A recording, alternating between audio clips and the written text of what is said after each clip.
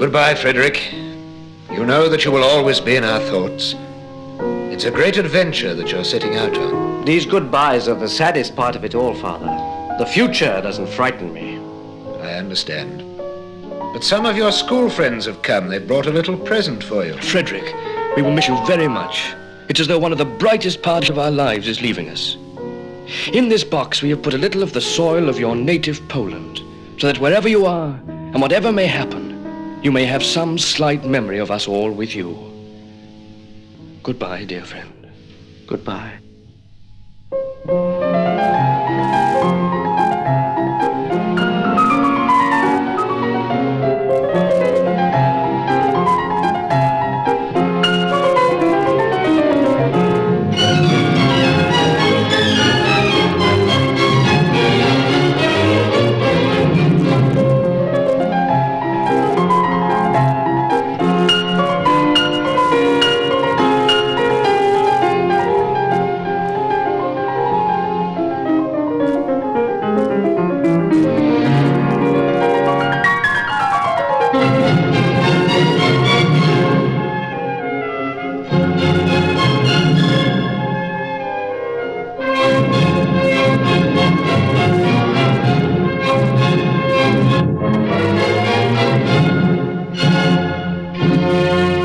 Well, Jacques, aren't you pleased I made you come along to the concert? Oh, I can't wait to get back to my piano. I must say, I've never heard piano playing like that in my life before. But it has the opposite effect on me. Makes me wonder why I ever tried to play the piano myself. What's the fellow's name? Oh, good heavens, that's typical of you. You spend a whole evening at a concert and you can't remember the name of the pianist. Perhaps, but I'm more interested in sound than in names. However, I can see you're bursting with information and you're dying to put me in the picture. Go on, then. Tell me everything you know about him. Well, his name's Frédéric Chopin. He's a Pole, 22 years old, born in Warsaw. He was an infant prodigy and composed a lot of pieces for the piano when he was still very young. He played before the Tsar when he was 15, and 3 years ago he made a tremendous success in Vienna. Then he decided to come to Paris. I see. Well, it'll be interesting to see what he does in the future. I suppose, like anybody else, he needs a lucky break. Even the most successful of concerts isn't much good if it isn't followed up by something.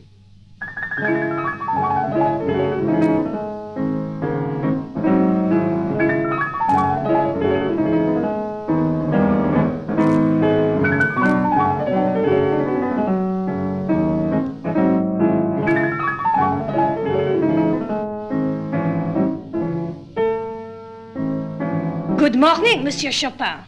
Good morning, Madame Laurier. I hope you don't mind my saying so, Monsieur Chopin, but you've been looking very ill lately. Doesn't Paris suit you? Oh, Paris suits me all right. It's the most wonderful place in the world. It's a dream, and I never want to live anywhere else.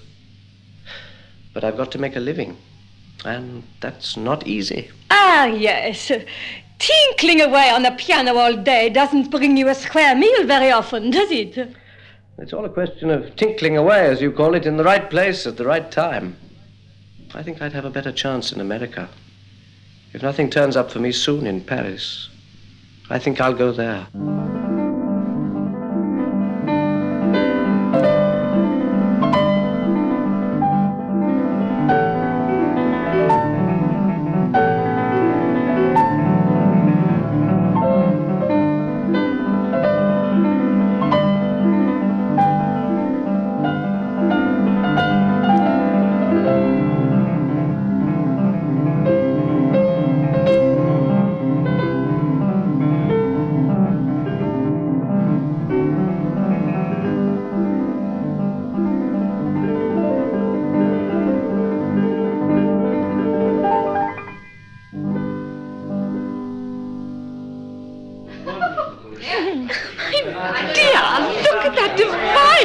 Young man over there.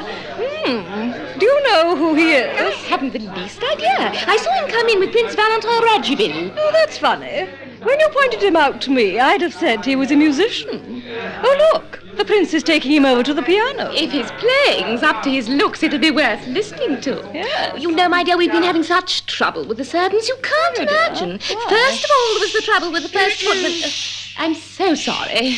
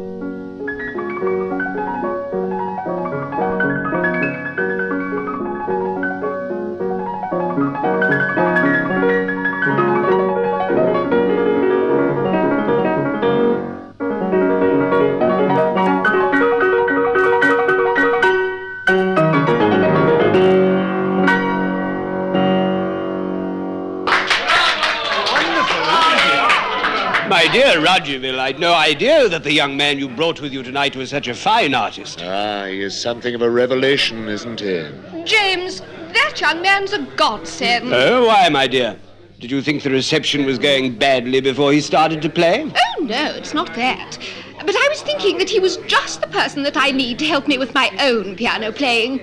The teachers I've had before have all been fine musicians, but not one of them has combined such a mastery of the instrument with such fire and poetry.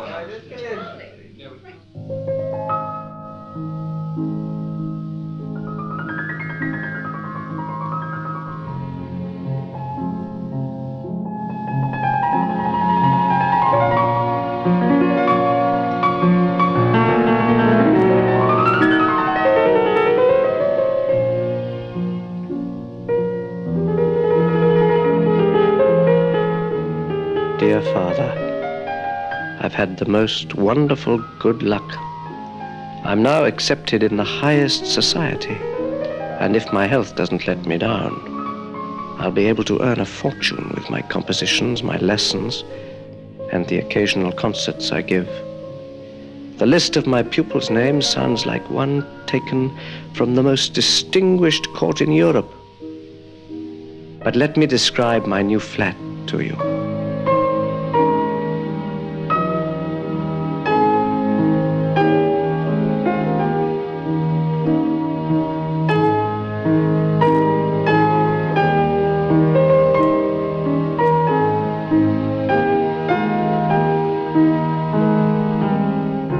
My dear son, you can imagine with what pleasure I learnt of your success.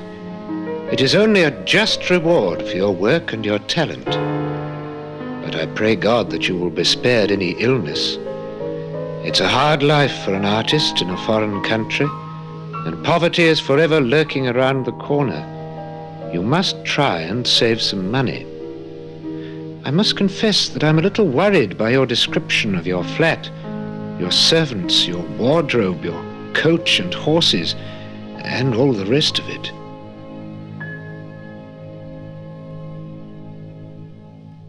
Pupils, pupils, pupils! Oh, but I suppose I shouldn't say anything ill about them. They do make it possible for me to live. Here comes one of them. I wonder what will happen to her. Good morning, Monsieur Chopin. Good morning, madame. What are you going to play for me today? I've been practicing some Bach and a sonata by Mozart. I'd like to hear some scales first, then some arpeggios. Scales and arpeggios? I never dream of practicing those. I leave that sort of thing to my children. Do you? Madame, your lack of musical feeling is matched only by your stupidity. Do you think I'd tell my valet to practice my scales for me? Go to the piano and play the scale of B minor 4 octaves.